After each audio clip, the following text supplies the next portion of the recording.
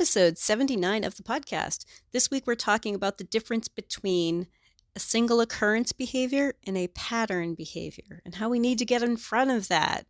And then in the second part, we're going to talk about some tips and tricks and ways to help make it easier for our dogs.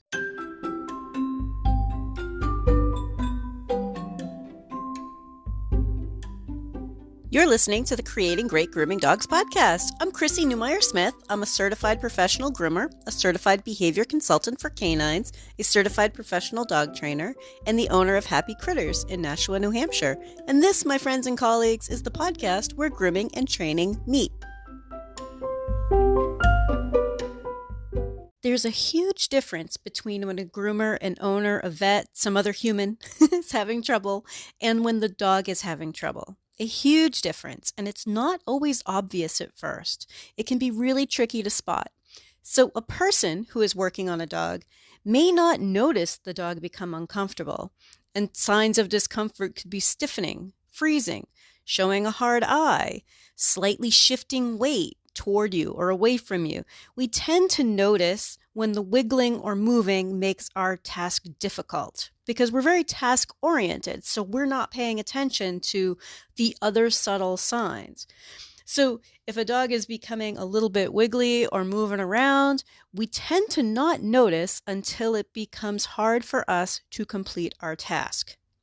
And that's a dog who is often already tried to tell us a number of ways, but we didn't notice it.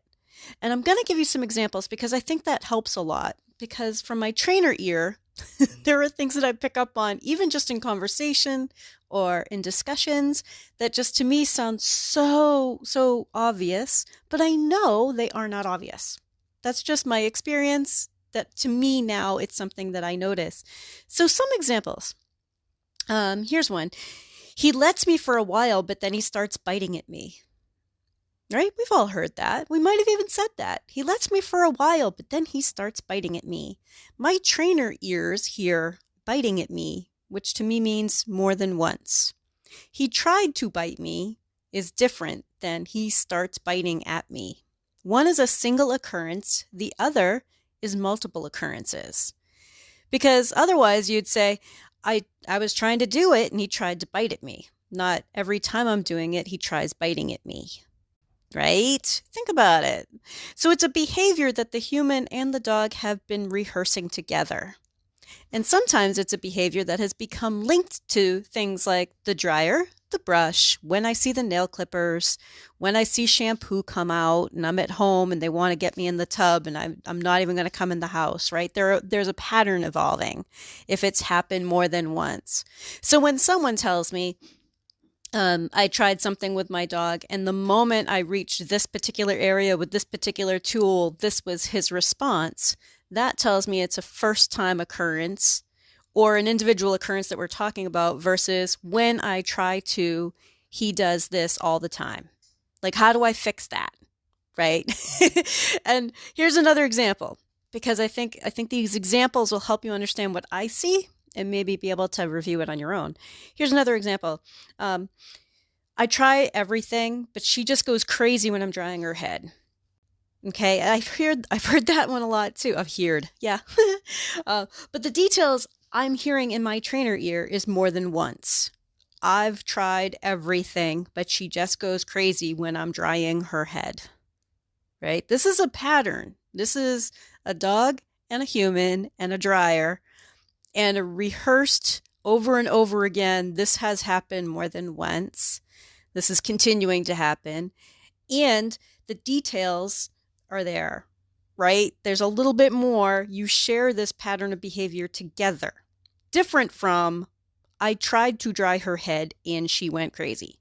And of course, went crazy is, means a million things to a different million people, right? But I'm just using it as an example because these are kind of things that I see over and over again. And it is so common. It is so common, right? So when you think about one single occurrence, that's a different thing than this happens over and over and over again. Because if it's happening over and over and over again, the way to break the cycle is to not wait until you're drying a head or when you start doing something and the dog reacts. We don't want to work at the point of reacting, right? That's just putting out fires. What do I do when he does this? Well, you're already past the mark. You're already into he's having a hard time, and now you're just trying to minimize that or tell him to stop it. And that's kind of old school, backward kind of training. Like, how do we make him stop? Instead of, how do we build? How do we make this entire process feel different for him versus I need him to stop doing that, right? Because the dog is thinking the same thing. I'm sorry, my friends, but the dog is thinking the same thing. How do I make this human stop? This human needs to stop it. But because we have the bigger brains, allegedly, theoretically, we have the bigger brains, but because we can communicate to each other and learn new things differently, I want you to think we're trying to change this dog's behavior before all of that happens. Like, make the dog feel like it's safe, feel like it's okay, not when you overreact, I need to do this. Okay, that's just putting out fires, right? That's just walking around going, oh no, not again. How do I handle it? And I think we've all been there. God knows I've been there, right? So what do we do? What do we do? And if you've been listening to the podcast for a while, I want you to think, what is she going to say next? And that is circle back to the 3 C's. Calm, comfortable, cooperative. Especially if this is a dog that you've worked with before, that you have a number of times, a couple of repetitions of groomings where this dog went crazy for, or had a hard time with, or started biting at you for, right? You know when it's going to happen. So we avoid that part because we need to retrain. Calm down. I know, because you're all thinking, how are we going to get the grooming finished? But listen, relax. You got this. All right. We need to cut back and circle back to, I need to keep this dog calm, comfortable, and cooperative, and build gradually on what this dog can handle. What can this dog handle? What is this dog going to be comfortable with? How can I make this comfortable? How can I make this dog relax while I'm doing this? How can I re-engage with some of these tools or processes or procedures or areas of touching, right? How can I help this dog understand that these things are safe, that everything's going to be fine, to just relax for us? And that's through keeping them calm. So the things that I hear most often are things like, I've tried everything but, which also means it's happened more than once. And you're just pushing it too far. You're just taking it to a point where the dog is responding in a bad way and you are responding to that. Clear as mud, right? The dog is responding in a bad way. Very, very subjective. But the dog is doing something that I don't like or making my job difficult. And that's when I need to stop this dog's behavior.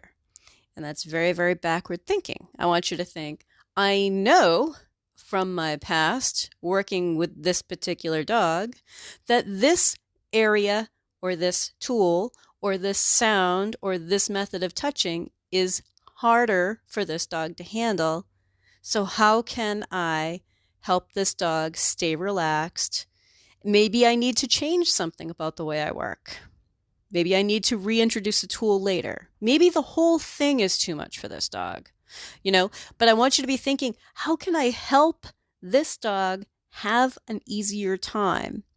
And being far more aware of those little body language things that we're going to see.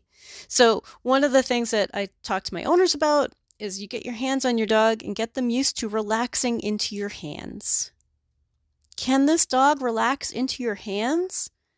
As a groomer, if you have a dog on your table and even before you start anything, they are stiff, they are tense. What that is that dog is ready to spring into action. Ready to spring into action, right? I just want you to think like that's not a relaxed dog. That might be a dog holding still. That might be a dog that you can do your work on. But it's not a relaxed dog. And the difference is a dog who's relaxed is not constantly thinking about springing into action. They're going to be easier to handle. And I want you to think that once a dog has a reaction, they're scared or frustrated or overtired. Gosh, sometimes they're just plain overtired. You think about some of these dogs don't have to do anything, at home. And you ask them to have some focus for 20 minutes and they're out of their depth. They don't know what that means. So I want you to think about calming the dogs down and keeping it calm. If you're doing it right, it's about as interesting as watching paint dry. And that's really important, because the moment we keep pushing it too far, then we're just reacting to their reactions, and it's like a screaming match, like, does anybody really win? When what we really want to do is help them remain calm. And in the next part, I'm going to talk about some of the little tricks that I use to try to engage them differently and try to avoid some of the things that they might have been worried about. If you're enjoying this podcast, please remember to subscribe so that you don't miss any episodes, and tell all of your friends. Let's talk about some tips, some ways to work around some of the behaviors that are pretty common. So I want to start off with, some of these aren't going to work very well for some of us. Like as a house call groomer, I can't put a dog back in a crate over and over and over again because I'm really there start to finish. But my first tip, if you're in a grooming shop and you have a dog that's having trouble, you know what? We can lower the amount of time spent on any particular thing. You don't need to do them all in one big chunk if you have the ability to have them there throughout the whole day.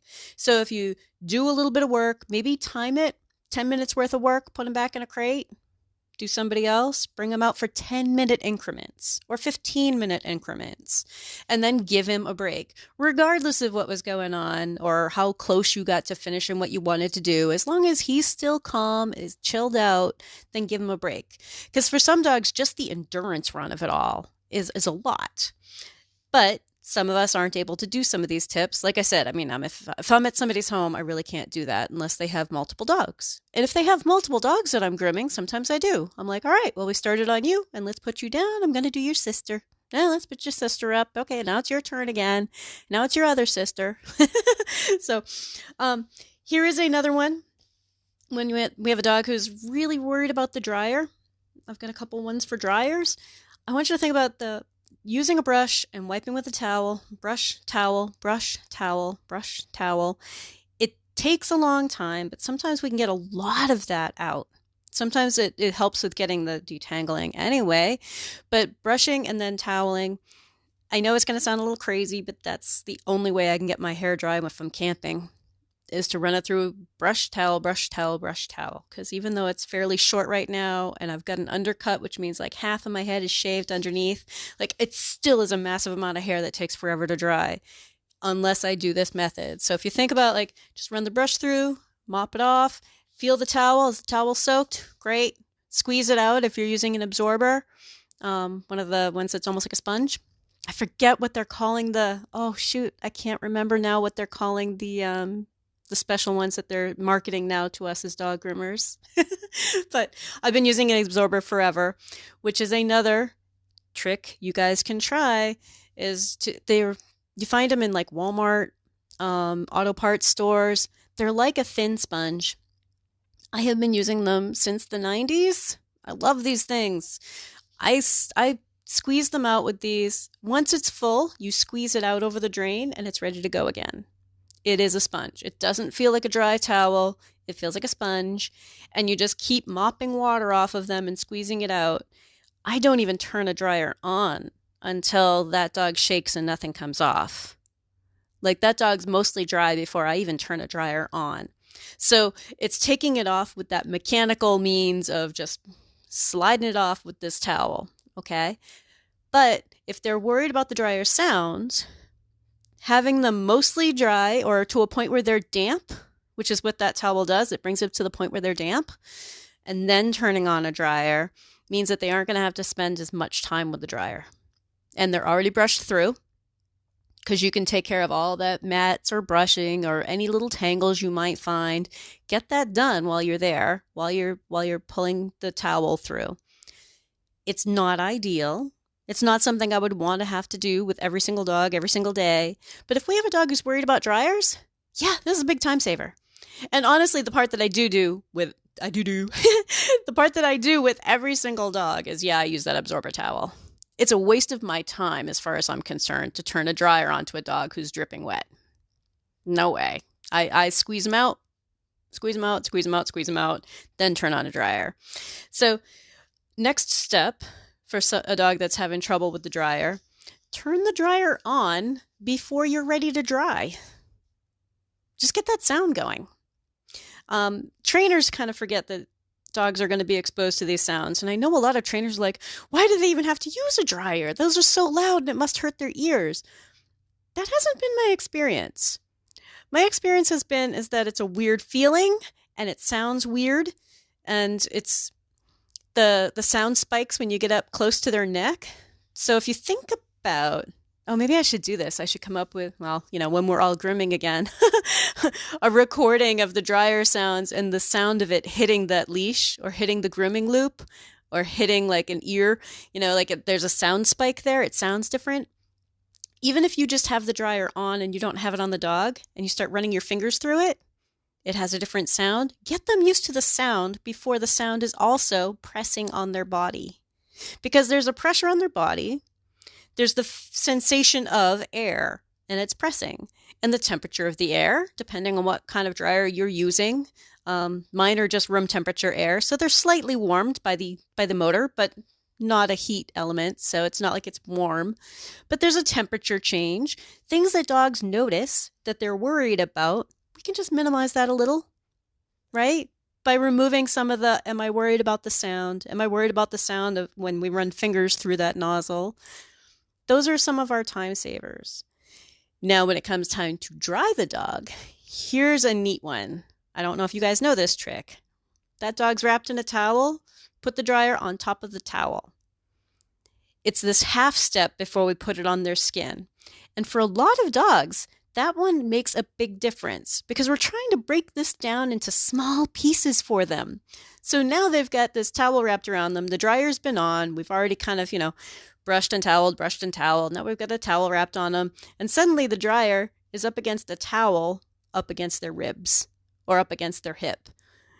And give them a chance to get used to that. Run it up and down, run it side to side, whichever way you are going to do it when it's actually on their body.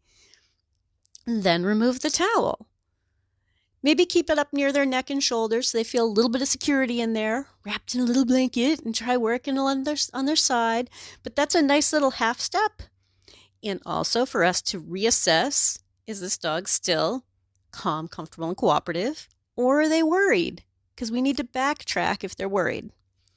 I know we don't want to send dogs home wet. And sometimes we just go, oh my God, this kind of weather, like if I sent this dog home wet in the middle of winter, that would be harmful. What am I going to do to get this dog dry? And maybe it's cage dry, But we need to be thinking the behavior is important.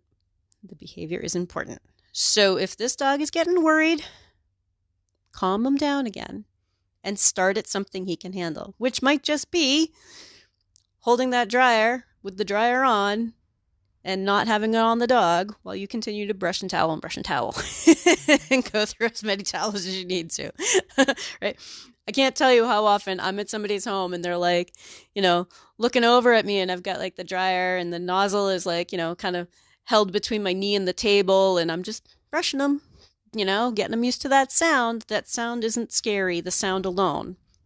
So that's some of the drying stuff. I want you to think too, let's see, let me get a couple more of these here. Gentle brushing.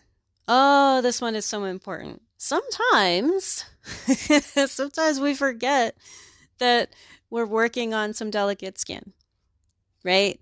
And to really use good technique is to be gentle. A brush should do the work for you. You shouldn't need a whole lot of elbow grease to get a brush through a coat. That's not how good brushing should happen. We should be kind of delicately pulling through, getting to the edges, taking care of it gently. If you have a comb and you run it through and you find a tangle and you just yank it out, yeah, I'd be upset too if someone did that to me, right? We need to be gentle. And I know it can be really hard when you feel like you don't have the time. But I want you to think back what I've said before. We need to talk to our owners about expectations, and that when things take longer, charges will reflect that. Don't do it for free. But honestly, I don't do grooming where I have to brush hard. Right? If I have to hurt a dog because I'm in a hurry, I haven't charged correctly. Right? I need to be able to make sure I have the time to brush gently, to do it properly. And also, if for no other reason, if you think I'm just being new agey granola crunchy, brushing hard like that damages coat. So if you were this thinking like, oh my God, gentle, gentle, gentle, Chrissy's losing her mind, she's one of those gentle, gentle people, it's bad for the coat. So if we go back to, really just brushing gently, that can also be the quality of your tools. And I'm saying drying and brushing because those two things are like tops for a lot of dogs.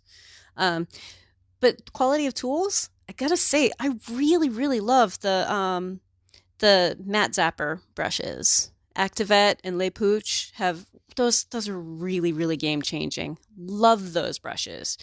And just get in there a little bit. It's a nice stiff, slicker brush.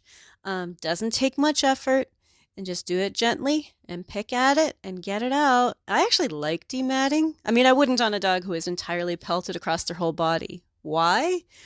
Because it would be a waste of time. If they're pelted across their whole body, their entire coat is probably damaged and will just mat right back up. There's a point when we do a do-over, but for a lot of tangles, they come out real easy.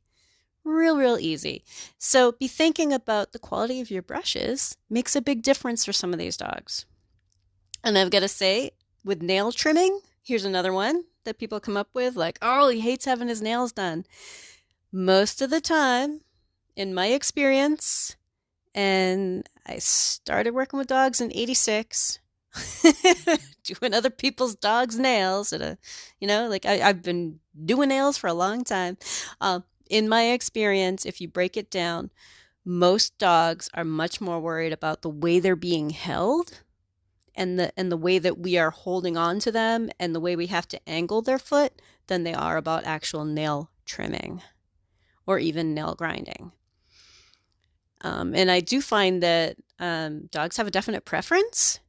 Like, I really like nail grinding more than I like trimming, but some dogs don't like the grinder and they are great for nail trimming. So I'm like, hey, if you have a preference, I don't mind either, because both of them are entirely appropriate.